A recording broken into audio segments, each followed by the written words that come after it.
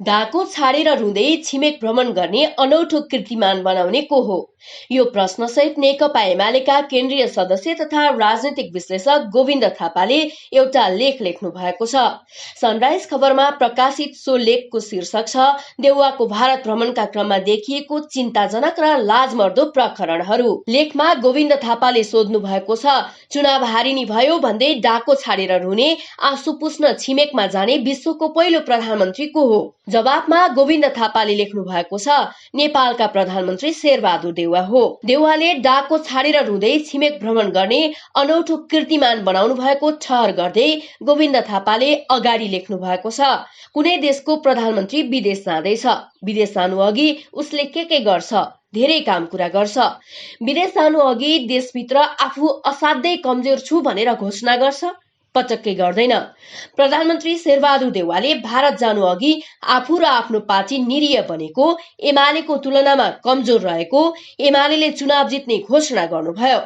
एमालेलाई पछार्न भुरे टाकुरे पार्टीहरूसँग गठबन्धनको घोषणा गर्नुभयो। गठबन्धन गरे पनि एमालेसँग चुनाव लड्न गाह्रो छ भन्ने घोषणा गर्नुभयो।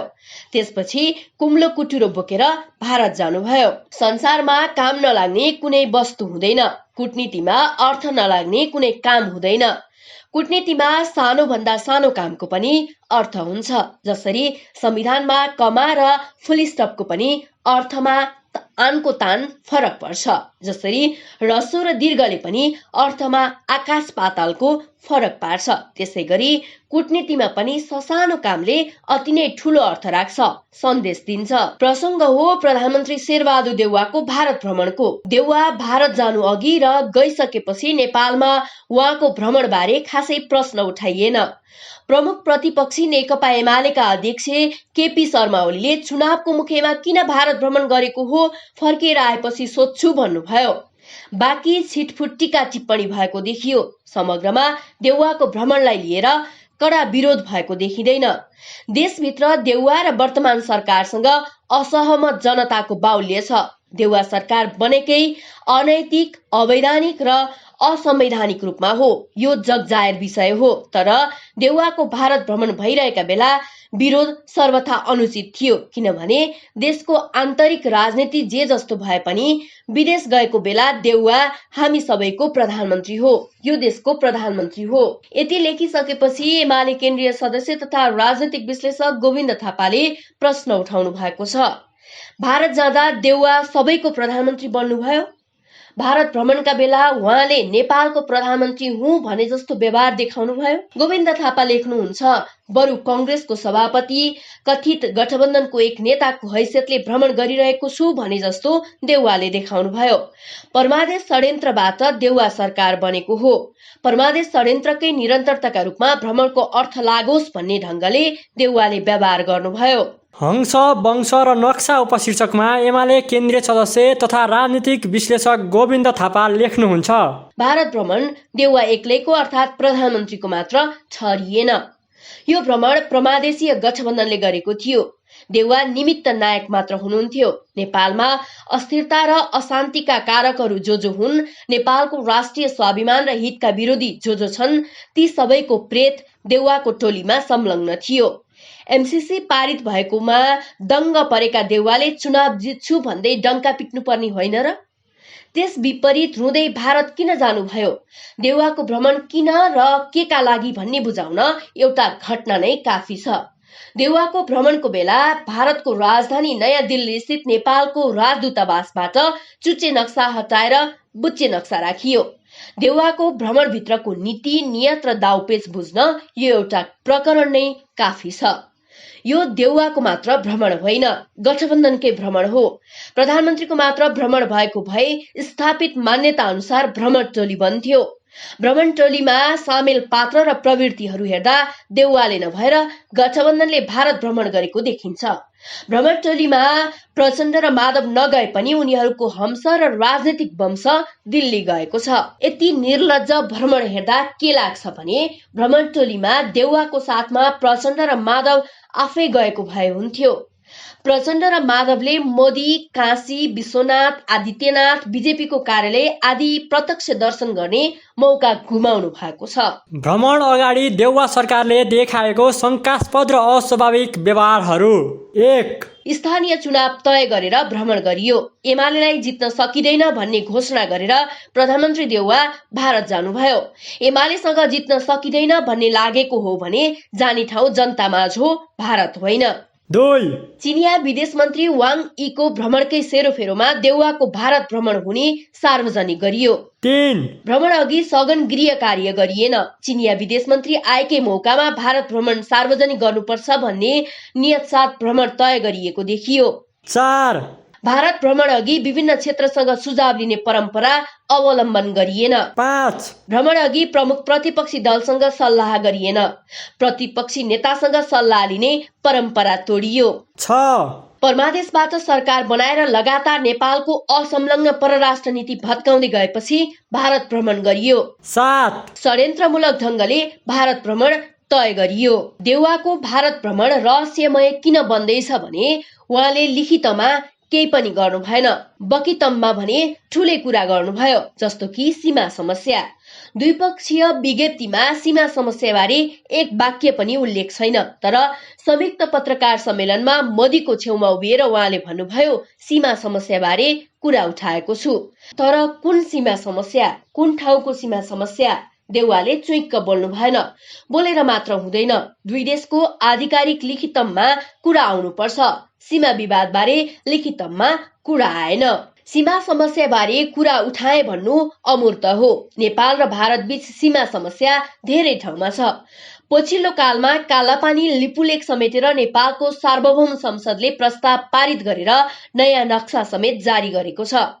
संसदले समेत उच्च प्राथमिकता दिएको नेपालको मानचित्रमा समेत परिसकेको लिपुलेक कालापानी उच्चारण नगरी सीमा समस्याबारे कुरा गरे भन्नु देश र जनता प्रति गद्दारी हो। नेपाली कांग्रेस तथा शेरबहादुर देउवाबाट नाकाबन्दीको बेला नाकाबन्दी शब्द उच्चारण भएको थिएन। अहिले कालापानी लिपुलेक पनि उच्चारण भएन। कांग्रेसले खास बेलामा खास शब्द उच्चारण गर्दैन। कालापानी लिपुलेक पनि कांग्रेस र देउवाको मुखबाट नसुनिने भयो। भारत भ्रमणमा कालापानी लिपुलेक उच्चारण नगर्नु भनेको देश, जनता, संसद र नेपालको आधिकारिक मानचित्र प्रति ठूलो गद्दारी हो। शेरबहादुर देउवा प्रधानमन्त्रीका रूपमा भारत जानुभयो, गद्दारका रूपमा फर्कनु भयो भनेर जनस्तरमा टिप्पणी भयो भने अनौठो नमाने हुने भयो। नेपाल र नेपालीका लागि यो दुःखद हो। कालापानी र लिपुलेक शब्द नै उच्चारण नगरी देउवाले भ्रमण सक्नुभयो। तर नेपालमा देउवाले सीमा समस्याको कुरा उठाएर ठूलो हिम्मत गरेको भन्दै कुप्रचार गरिँदैछ। देउवाको भ्रमणको सेरोफेरोमा भएका केही अस्वाभाविक कामहरू। 1. नयाँ संविधान बनेपछि नेपालले राष्ट्रिय स्वाभिमान र देशहितलाई केन्द्रमा राख्दै असंलग्न परराष्ट्र नीति अपनाउँदै आएको थियो। देउवाको भारत भ्रमणमा त्यस्तो नीति तोडिएको अघोषित घोषणा गरिएको छ। 2. युक्रेन र रसियाको विवादमा अस्वाभाविक रूपमा जान्ने पल्टिएर देउवा सरकार जसरी बोल्यो त्यसरी बोल्नु ठिक हो भन्ने ढंगले भारत भ्रमणमा सन्देश दिन खोजियो। अर्थात् गल्ती सच्याउन देउवा सरकारले प्रयास गरेन, बरु गल्तीलाई नै निरन्तरता दियो। 3. नेपालका निर्विकल्प छिमेकी चीन र भारत हुन्। चीन र भारतको मित्रता नै नेपालको चाहना हो। दुई देशको द्वन्द्वले नेपाललाई हानि गर्छ, मित्रताले लाभ हुन्छ भन्ने मान्यताबाट देउवा र गठबन्धन पछाडि हटेको भ्रमणका क्रममा देखिएको छ। 4. लिपुलेक कालापानीको देउवाले उच्चारण नगर्नु, सिर्फ सीमा विवाद भन्नु, संयुक्त पत्रकार सम्मेलनमा भारतीय प्रधानमन्त्री नरेन्द्र मोदीले सीमा विवादबारे केही नभन्नुले देउवाको भनाइ नक्कली हो भन्ने प्रश्निन्छ।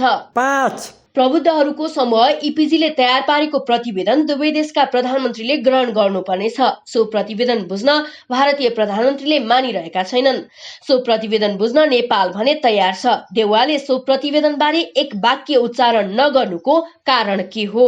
6. सन् 1950 को सन्धि विस्थापित गरेर नयाँ सन्धि गर्न धेरै काम अगाडि बढिसकेको छ। मुख्य त्यही कामका लागि इपिजी बनेको हो। नेपालका पूर्ववर्ती सरकारहरूले सन् 50 को सन्धि विस्थापित स्थापित गरेर नयाँ सन्धि गर्न जोड दिएकैले इपिजी बनाइएको थियो। मनमोहन अधिकारी सरकारले सबैभन्दा पहिले सन् 50 को सन्धि फेर्नुपर्ने कुरा उठाएको थियो। देउवा सरकारले सो सन्धिबारे बोल्दै बोलेन, अर्थात् भ्रमणको उद्देश्य राष्ट्रिय स्वाभिमान र देशहित थिएन।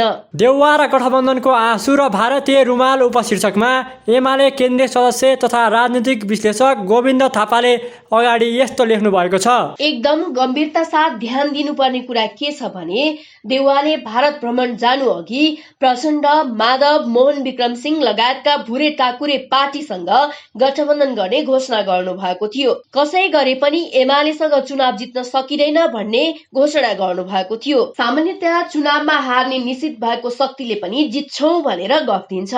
अरूको त के कुरा, समाप्त हुन लागेको माओवादीले समेत चुनाव जित्ने र नम्बर 1 पार्टी बन्दैछौं भनेर गफ दिन्छ।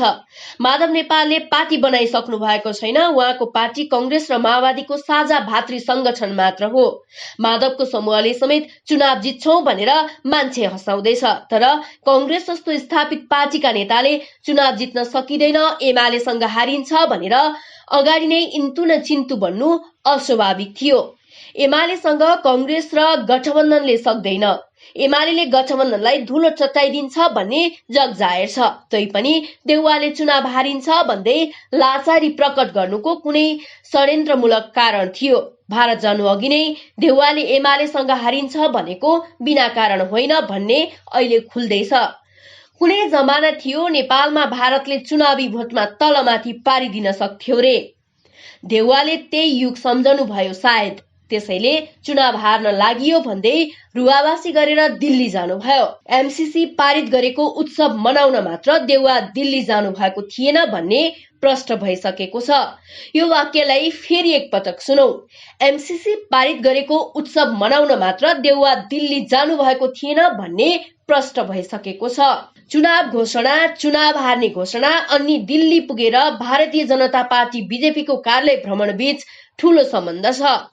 देशभित्र चुनाव हारिन्छ भन्दै पार्टीको केन्द्रीय समितिमा समेत रुवावासी गर्ने, त्यसपछि गठबन्धन घोषणा गर्ने अनि जनतामा जान छाडेर सिधै दिल्ली जाने, यो के गरेको हो शेरबहादुरजी? प्रश्न सोध्नु पर्ने भएको छ। प्रमुख प्रतिपक्षी नेता केपी शर्मा ओलीले देउवा फर्किएपछि यो बारे सोध्ने घोषणा गर्नु भएको छ। केपी शर्मा ओली नेकपा एमाले पार्टीको नेता मात्र होइन, देशको प्रमुख प्रतिपक्षी नेता पनि हुनुहुन्छ। अब ओलीले देउवालाई कानमा खुसुक्क नसोधेर खुलेआम सार्वजनिक रूपमा प्रश्न सोध्नुहुनेछ भन्ने विश्वास गरौं। भारत जानु अघि प्रतिपक्षीसँग सल्लाह नगर्नु, जानु अघि आफू कमजोर भएको, एमाले चुनाव जित्ने घोषणा गर्नु अनि मात्र भ्रमणमा जानु भनेको षड्यन्त्र नै हो। एमाले बलियो छ, आउँदो स्थानीय चुनावमा एमाले क्लिन स्वीप गर्छ भन्ने सबैलाई थाहा छ। देउवाले घोषणा गरिरहनै पर्दैन, भोलि मतपेटिकाले घोषणा गर्ने नै छ। तैपनि भारत जानु अघि प्रधानमन्त्रीले देशभित्र बलियो छु भन्दै सम्पूर्ण जनताको प्रतिनिधिका रूपमा भ्रमण गर्न लागेको सन्देश दिनुपर्ने होइन र? ठिक उल्टो सन्देश दिएर भारत जानु भनेको चुनाव जिताइ माग्नु त होइन? प्रश्न उठेको छ। बीजेपीको कार्यालयमा गएर भोट पाइदैन, जनताको घर दैलो जानुपर्छ भन्ने देउवालाई थाहा छैन र? निष्कर्षमा एमाले केन्द्रीय सदस्य तथा राजनीतिक विश्लेषक गोविन्द थापाले लेख्नु भएको छ। देउवाको भारत भ्रमण राजकीय, औपचारिक, अनौपचारिक या अरू कुन स्तरको थियो भन्ने खुलाइएन। एमाले चुनाव जित्ने भो भन्दै केही समय यता शेरबहादुर देउवा जताततै डाको छाडिरहनु भएको थियो।